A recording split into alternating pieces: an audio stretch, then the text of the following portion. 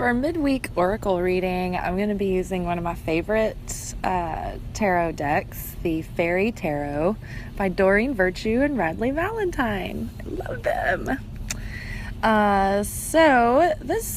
Today I'm just going to read from the book directly because it says it all so simply, and the way she words it and everything, it was very significant when I read it for me, and I might interject my own points, but today Doreen and Radleigh, they do it best.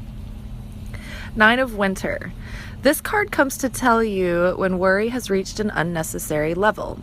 You may indeed have concerns and plans that you need to process, but your fear isn't in proportion to the circumstances. Take a few moments to go for a walk in nature, talk with God, the angels, and the fairies, and quiet your mind. Things will feel better soon. Breathe. With success often comes stress. If you let it build up, it can take a physical and emotional toll. Nurture yourself. Explore ways to reduce your anxiety, such as massage, acupuncture, Reiki, or treating yourself to a spa day. A fairy has awakened from a bad dream, but the doves represent the peace that could be hers. But her focus is on her own fears. Additional meanings to this card. Unfounded fear, focusing on worst case scenarios, allowing worry to grow out of proportion to the problem. Difficulty sleeping, taking on the problems of the world. Focus on worst case scenarios, needless guilt. Next, this is like, you can't even make this up. Release your fears. From the Major Arcana, Release, card 13. Let go of the past, an ending that makes way for new beginnings. Time to move on. You can learn from your past and move forward, or you can be held back by it. This is true in every aspect of life, be it your relationships, career, or health. When an attachment to your personal history blocks you from progress and joy, it's time to release the past and go forth boldly in an exciting new direction. Often the changes coming into your life are anticipated or even welcomed by you. Although moving on can be challenging, the fairies want you to know that the future is bright and magical. Don't wait. Take your first steps toward happiness today. The beautiful peacock wings of our fairy and the white roses she keeps close at hand both represent purity and immortality.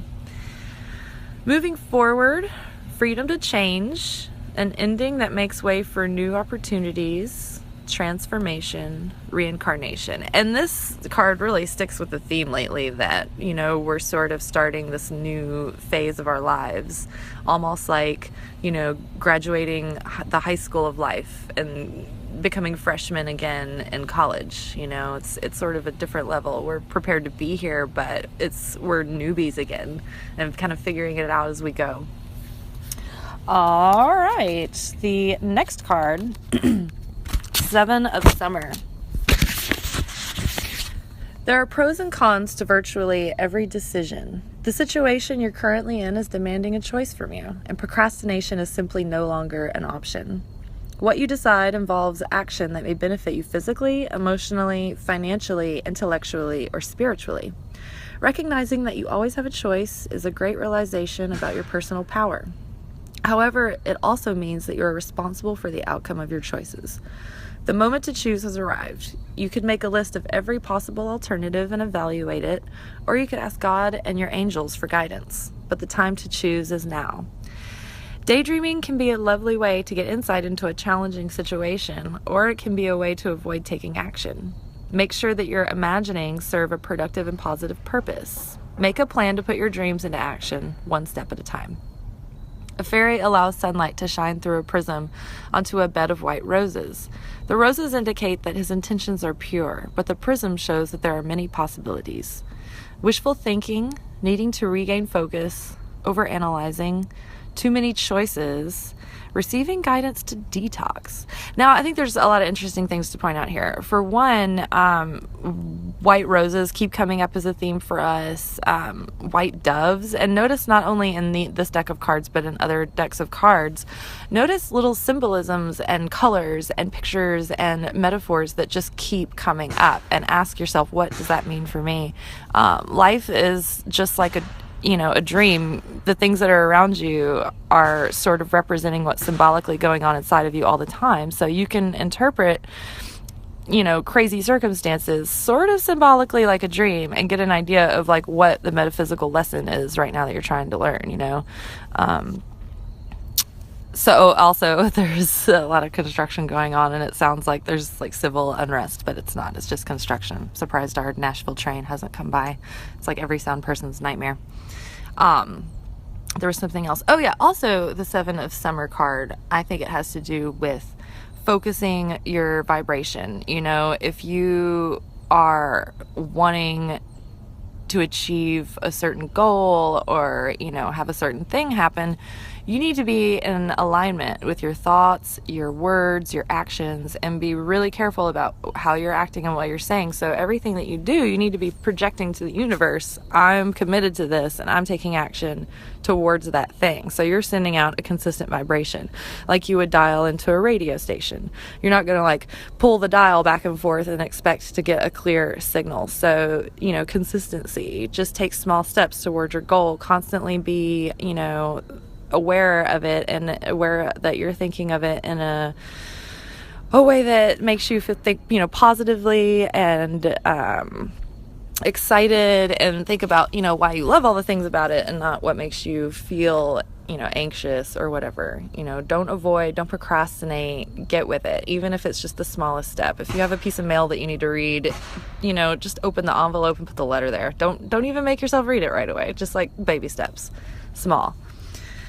All right, our next card, and this one's always like I hate it. This is the Devil card, or number 15, the ego. But, when we learn more about it, it really, it actually can be a positive card, because it's warning you of, that you're just falling victim to your shadow self at the moment, and that it's all an illusion. And so, the 15 card, ego.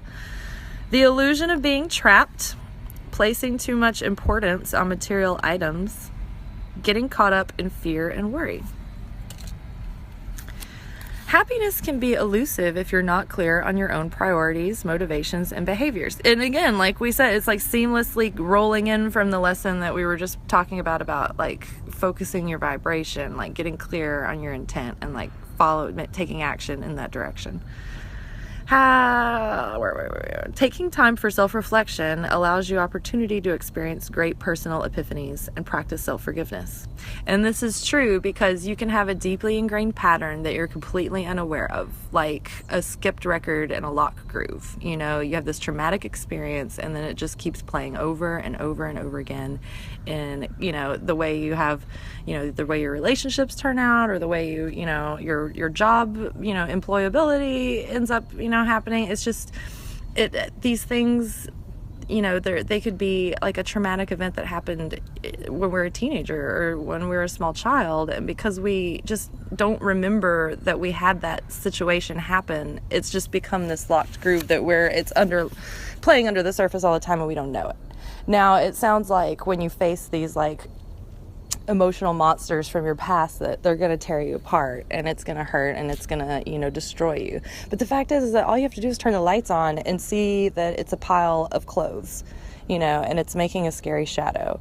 But once you realize, oh, I remember that pattern happened because my mom or dad unwittingly did this thing that I'd misinterpreted as a child, or even if it was a really terrible situation, they just knowing why you have the pattern will immediately bring consciousness to it. And when you bring consciousness to it and you're aware of it, it's like you can catch it as it's happening, and it starts immediate healing, and it starts to change things instantaneously. You'd be surprised. So let me get back on track.